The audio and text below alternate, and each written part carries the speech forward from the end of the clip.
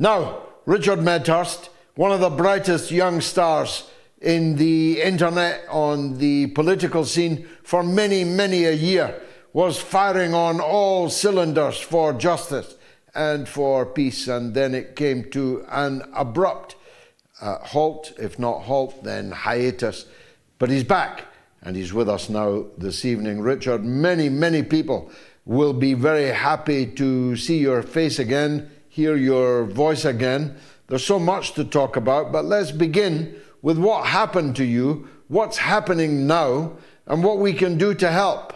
Hi, George. It's good to be back on the program, and I've been watching since the top of the hour, so very good stuff. And it's well, basically what happened is sort of a sequel to my arrest at Heathrow.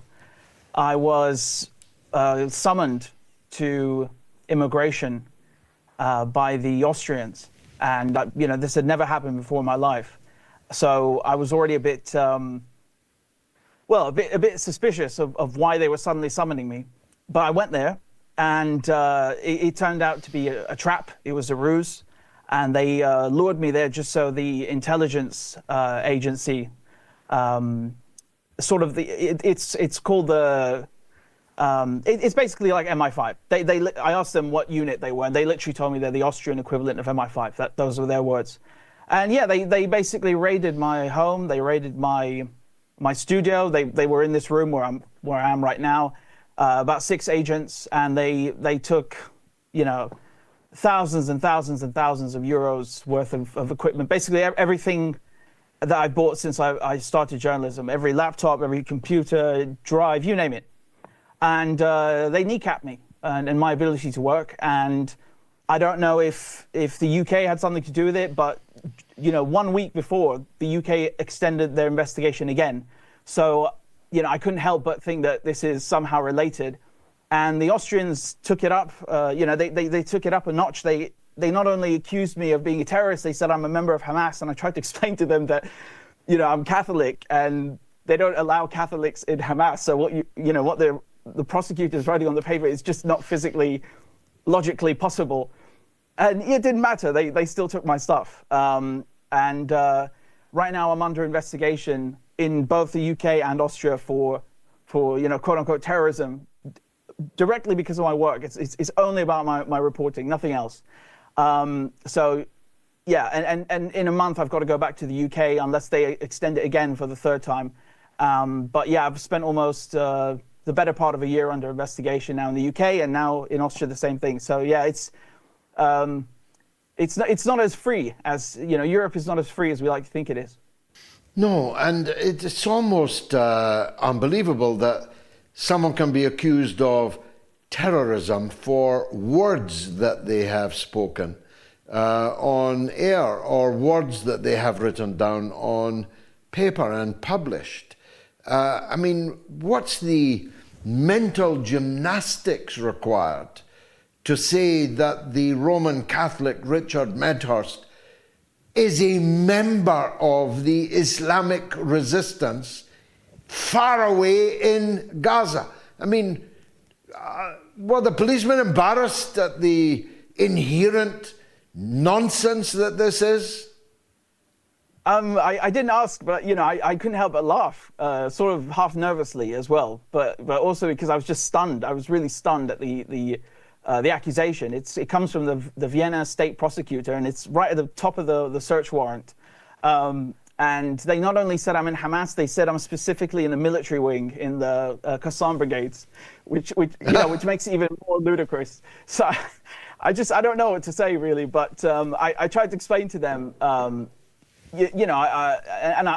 have to admit, I'm guilty for leaving my Christmas tree up a bit too long, but it was very, very early February, and it was still up there. And I said, you do see that tree over there? You do see the, I had my first communion in Vienna, so they have this on record. It's a Catholic country, I tried reasoning with them. It didn't matter really, and their response was, well, we're just following orders. That's a defence these chaps have run before, and it was considered null and void. So what happens next? You've said you're supposed to report back to the police at Heathrow. next month unless they extend or drop their investigation into you. What can you tell us about that? And then what's the next step in Austria? Yeah, so the UK, they arrested me on August 15th, and every 3 months they keep extending it again.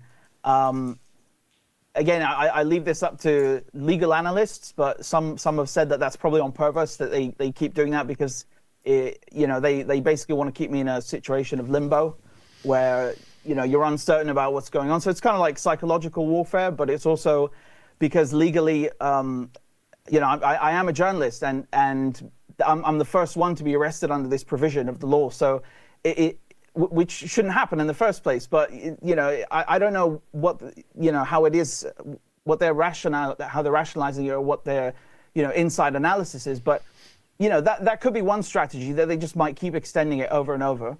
And they might as well, they might also charge me as well. And, we have to remember that these are states, unfortunately, the UK is one of them, that is, that are complicit in genocide. So if you're murdering babies and blowing people up and turning them into ash, I mean, you're also capable of harassing journalists and cracking down on people. And I think it was Natalie Strecker who's been charged recently in Jersey. You've had many people arrested. Tony Greenstein's also been charged. So I don't know who we're dealing with, really. There's nothing rational about it. So when you ask me what the next step is, well, it could be any one of these three options. And I'm hoping they, of course, drop this investigation because it's paralyzed my work. And in Austria, it's my lawyer launched an appeal against the raid. They upheld the appeal in court on one point, which is a good, it's a small win. But unfortunately, they agreed with all the other points in favor of the government. So I'm still under investigation in Austria, and I'm not going to see my gear for several years. I'm basically still in this situation of limbo. But I'm going to try and get back to work because I think that I haven't done anything wrong. I know I haven't done anything wrong. And if there's any criminality in this whole story, in this whole saga, it's blowing up people in Gaza. It's not me or you or anyone else who's been arrested, detained, or criticized for their support of human rights. Well, let's turn to that. The situation is dire indeed in Gaza. Nobody has lifted a finger, neither from the east or the west, to halt what is a genocidal frenzy of violence, which has resumed again with full wickedness and evil. Children, women, men are being slaughtered on a daily basis. What's the end game of all of this?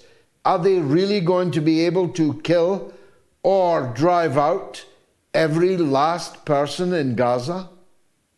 I think they might just get away with it, George. And I know it's unthinkable to say that, but we've been witnessing this genocide going on now for almost, what is it, a year and a half? It's going to go off for 2 years soon, and nothing in the world has been able to stop it. Not the UN, not the ICC, and lots of people have been out protesting, and that hasn't worked either. And we know that also since Iraq and so on, that you only have the illusion of free speech and the illusion of the right to protest, but the governments are still going to go ahead and commit mass acts of violence and these atrocities. And I think their end game is, of course, to take Gaza, and they're saying very openly, whether it's Netanyahu or it's Katz, his defense minister, they're saying very openly that their plan is to take Gaza, to depopulate it, to expel Palestinians.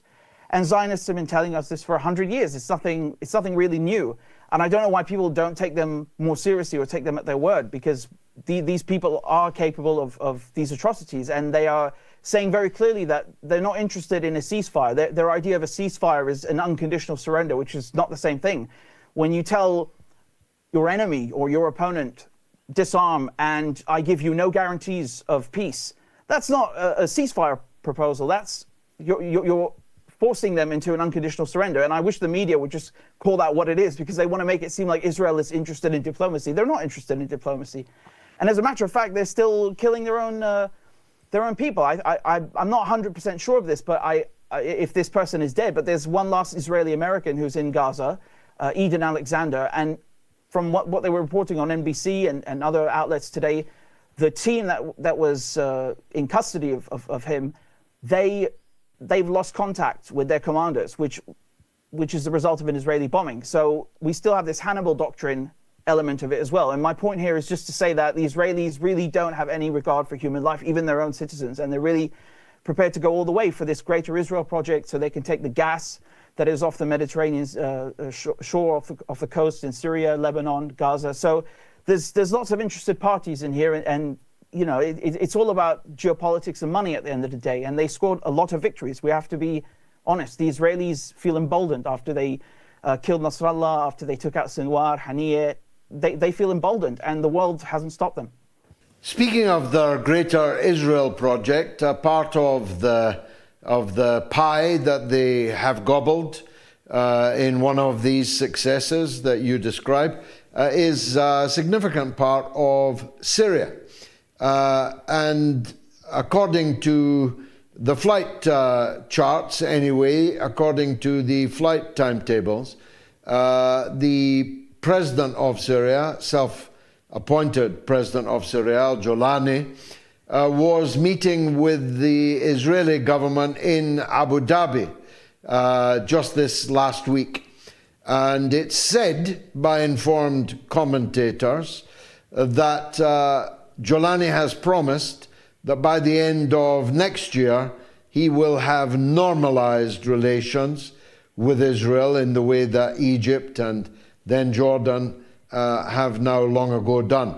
But that won't, it would appear, get him his land back or get Syria its land back. Do you think the parts of Syria Israel has stolen are theirs now to keep, just like the Golan was for many decades taken and then eventually annexed and then eventually recognized as Israeli annexed territory by no less than Donald Trump?